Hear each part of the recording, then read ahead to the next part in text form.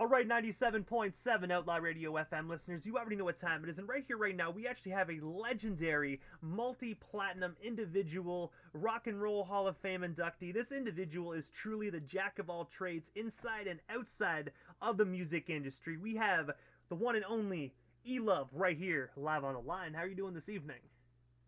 Everything's beautiful, brothers. How's everybody doing out there? I gotta say, best we can possibly be down here in Canada. Just trying to stay warm. We got that fall crisp weather, but summer is just around the corner, man. So hopefully winter hurries up and passes by. Good news, brother. What's going on? But I know you're a busy guy, Love, so I'm going to dive right into this, man. But I want to take you back to the ripe year of 1985, where you actually co-produced and performed with LL Cool J on his first album, Radio. I was wondering, what is the story behind yourself and LL Cool J getting connected, and of course, just being able to work on this phenomenal project? Well, you know, me and L, we met when we were, kids, and we had an instant relationship that stretched into music and life in general, and just working and being a part of that legendary first couple CDs. Radio and Big Endeavor and, Walking with the Panther. I mean, those were legendary CDs. That was the real launch of Def Jam at that point. And we traveled the world. We won championships together. So that was an incredible time in the 80s and 90s. No doubt about it. And also, because obviously Def Jam grew to be one of the biggest, if not the biggest, hip-hop labels in all of the hip-hop community. If you don't mind me asking, what was it like just being there during the early days and watching this record label flourish into what it actually has become today? Well, great question. I'm going to give you a great answer.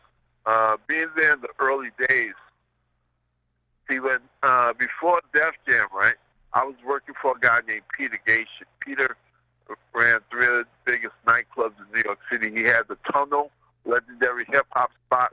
Everybody from Tupac to Big to Run DMC to L, everybody performed there, right? He had another club called the Palladium, more like a Studio 54. We performed there with Madonna one night and Dougie Fresh. And then he also had a club called the Limelight, right, which was a gothic Marilyn Manson type club.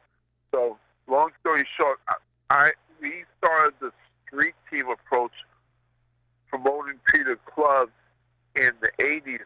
That led right into the street team that promoted Def Jam, or from a marketing standpoint. So I was the guy that put together that street team, that we had a unit in each borough in New York City that hit flyers at the posters, bus stop, billboards. We started that in the 80s. So we sat by and watched it, but we also built it. And that was known as guerrilla marketing to this day. We started the original street team. I'm one of the co-founders. And I have to ask, well, did any individuals actually try and copy you guys? Because obviously there was other hip-hop labels around, New York City at that time. Everybody tried to copy. No ifs, ands. Everybody came up with their version and tried to put their twist on it. But Def Jam was the one that really did it big first. And we was part of the reason why they did it big, because we had the high school blankets, the college, the mom and pop stores, the bus stops, the barber shop, the beauty salon. We had the hood covered. Then we started stretching out to the billboards on the trains, bus stops, signage. I met a guy that showed me the billboard game. So we evolved with that. That led into other deals that we did, for the brand and on the branding and marketing side. It definitely sounds like, as well, every corner you took, every time you turned your head, you would see Def Jam Records logo right in your face. Yeah. Not to mention, you see the logo. The logo is the number one logo in all of hip-hop, right? And that would be the PE logo. If you go to Complex and Google the top 50 logos in hip-hop, you'll see which logo is number one. That would be the Public Enemy Enemy logo, that would be me, because I'm actually the logo for Public Enemy. And I actually have that in my question list, and I have to ask, man, because honestly, before I just learned this actually a couple years ago, that you were actually the individual that was actually behind that logo. I have to ask, man, like, how did that opportunity arise for you? And of course, like, how did you actually become the individual in that logo? Like, did Chuck D and Flava Flav come up to you and ask you, or did they kind of just see what you were doing in your marketing moves and wanted to incorporate you in their brand? Well, a great question. That time, we was on tour, we was doing shows, and so I was seeing Chuck all the time. So Chuck's partner, Bill called me up. He said, we're trying to get a hold of you. I was the first to get a hold of him. Gotta change my number, right? So we talked. He said, hey, I have a situation. Chuck saw a picture of you, and he wanted to use your likeness as the imprint and logo of Public Enemy. I said, Lord, that's incredible. Hey, tell Chuck, hit me up. He said, okay, I have this. We put it together already. I said, okay, cool. I'll do it by my attorney, shop attorney. We did the deal, and I'm the logo of Public Enemy ever since the 80s. I mean, that's when they started. And I gotta say that's actually phenomenal, because honestly, Public Enemy is one of the most biggest groups in hip hop. Like, if you are a hip hop fan, you've heard of Public Enemy, and if you haven't heard of Public Enemy, you definitely heard of the members like Flava Flav or Chuck D. It's definitely one of those universal groups that honestly, you won't even be a part of the music industry, and at least in some sorts what Public Enemy is. Yeah, I mean, Flav, me and Chuck, we on the same page. He's putting together that union now. I have a situation going with Flav. He's living a lot. I actually have a couple projects that's coming with Flav real soon, so we'll talk about that at a later date. But yeah, there's definitely some things in the pipeline. And also, just going back to the LL Cool J side of things here for a moment, you were actually a co-producer of one of my personal favorite LL music videos by the name of I'm Going Back to Cali. I was wondering if you can actually tell our listeners a bit more about the behind the scenes of this music video, and of course, what was it like just co-producing that iconic video? I didn't work in the video that much. What happened was, on the beginning of the song, you have the horn, and that's boy. Boy in. And he started humming. I'm like, this guy's an incredible player. And he just ran in and nailed it. I was like, wow, it was just like one take. He was perfect. But yeah, I mean, just working in that whole situation, it was an incredible time. And working with anybody when everybody's about to do it for the first time. Nothing like it. And also, as well, while we're actually on the topic of just amazing work, in 1996, you actually co-wrote and co-directed Tupac's 2 of America's Most Wanted. I was wondering, what is the story behind this opportunity, and of course, what was it like being able to put your touch on one of Tupac Shakur's most famous songs? Well, that was maybe DJ Bobcat. Bobcat was the guy that actually did most of the work of that project. Other fans about that. I had a little input there, but shout out to DJ Bobcat. He did his thing. And he's an incredible artist, and his music will definitely live on. So at the time, no doubts about it. That stuff's not going anywhere. And I have to ask, did you get the opportunity to meet Tupac actually before his untimely passing? Yeah, DJ Bobcat has a cousin named D-Don Skills. What up, Skills? D-Don is the one that introduced me to Pac way back. I met Pac just getting started on Naughty, Humpty up north. I mean, that was back. That was actually late 80s, early 90s, late 80s. I met him and he was raw. He was there. He was still searching his way, trying to find it. But him and Dina's mother, they were both in the Panther, and so they knew each other. That was the relationship that they had. And Dion and Pac was about the same age, and both mothers were doctors. So these two started bonding. Him and Pac grew up together. They were boys even before he was rapping. They were boys from the jump. So when he introduced me to Pac, and Dion is Bobcat's cousin, DJ Bobcat.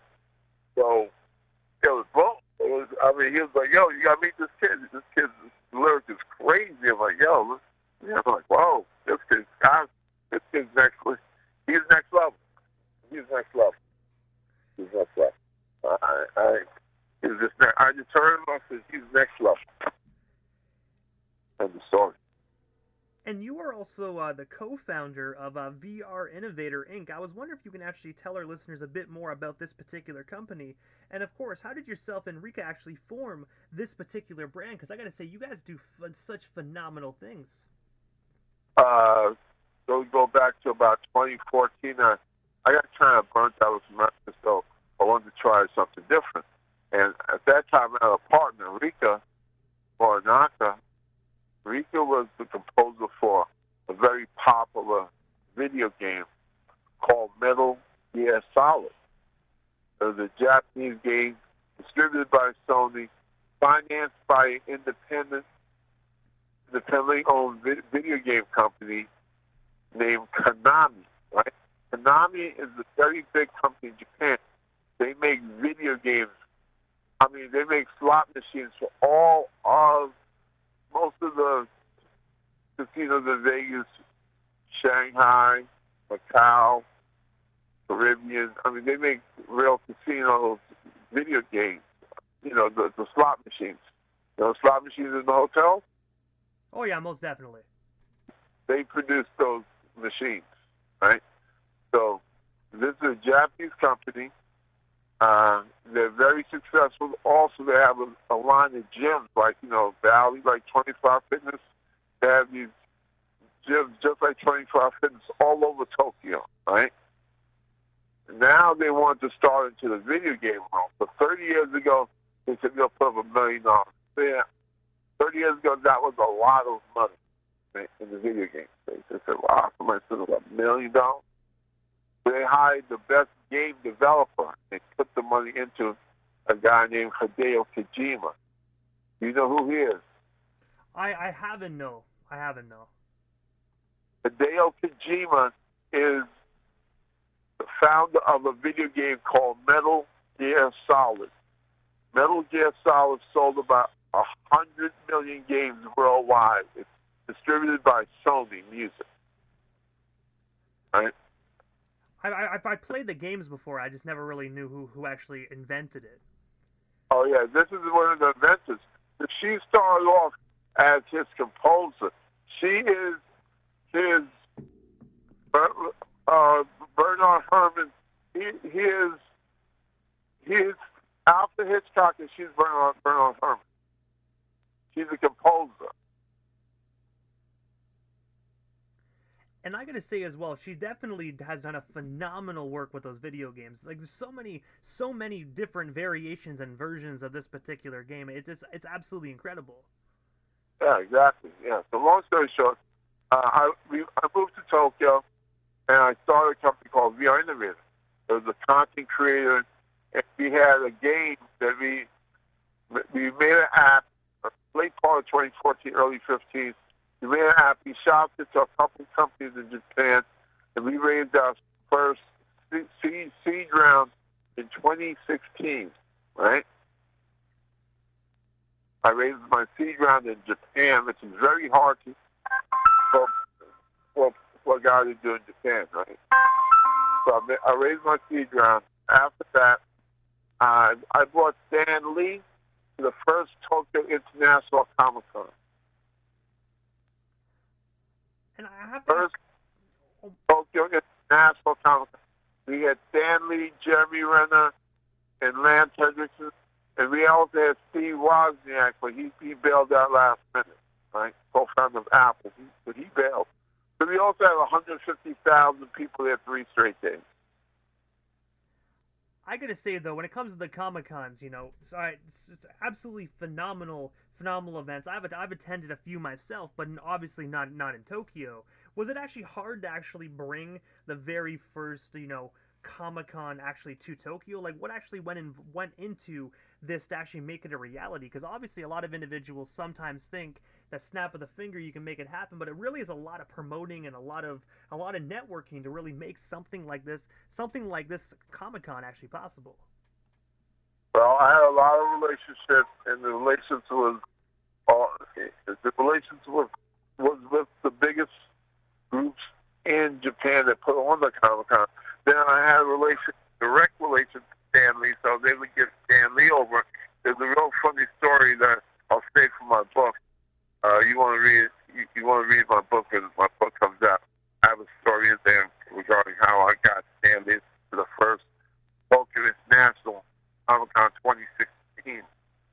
Right after that, I was put on the Olympic Committee for Entertainment on the entertainment side. I was doing the opening ceremony, closing, and then before that, the pandemic happened. And obviously, you like you mentioned, you're going to be saving that story about Stan Lee. But aside from that, what was Stan Lee like actually as a person? Because obviously you see him in the limelight and whatnot. But what was he like behind the cameras and away from the limelight? Like, what was it like just to be able to converse and interact with the legendary comic book creator himself? I'll make really interesting conversations because he spent a certain time. I spent time. He was doing the same thing, just the world of comics, but he was doing the incredible, and you really loved. He had an enjoyable time. So, feel that I could actually be a part of bringing Stan to the first Tokyo International Comic Con. So on the 7th or the 10th anniversary, we're going to re-release some of the art on mailbox, book bags, T-shirts, and hats to be used to, have a moment with. And also, as well, aside from that, you actually collaborated with Ski TV and DJ Ski to actually launch the T-Mobile Sidekick device that actually ultimately sold over 30 million plus units. For the listeners that aren't quite familiar with Sidekick, I was wondering if you can actually tell us a bit more about this particular invention. And of course, is this something that is still available to be purchased today in 2022? Well, at that point in time, Sidekick was really the first device that you could two-way text and call. And you had to flip it back, and then flip back and lock, and then you could make text. And you flip it back, and you could talk on it. So it was definitely one of the early devices with T-Mobile that actually made T-Mobile what it is today. And we did the marketing. We was doing NBA All-Star Weekend, ET Soul Train, Grammys. We was doing different tours, and Ski was one of the early production companies that evolved into a media company, and now it evolved into Dash Radio. So, DJ Ski, shout out to Ski, doing a terrible thing. He's one of those. And I remember these T-Mobile Sidekick units used to be in the Chrysler vehicles, if I'm not mistaken. When I was younger, I got to experience one of these Sidekick devices, and I have to say, definitely a phenomenal piece of hardware that was way ahead of its time. Oh man, that was just a revolutionary, revolutionary time. But I have to ask, man, because obviously we covered a lot of your stuff, and of course, if we were to cover all of it, we would be here all night into the early morning hours. But I have to ask, what is next for yourself, E-Love? Is there anything we happen to miss during tonight's broadcast? Anything else you do still want to talk about or promote? What was still got you here live on Canada's FM dial this evening? Well, bottom line is this: I have a string of things I'm working with. At VR Innovative, we cover 3 things: sports, entertainment, and technology. I have several things dropping. We have a shoe line dropping next year.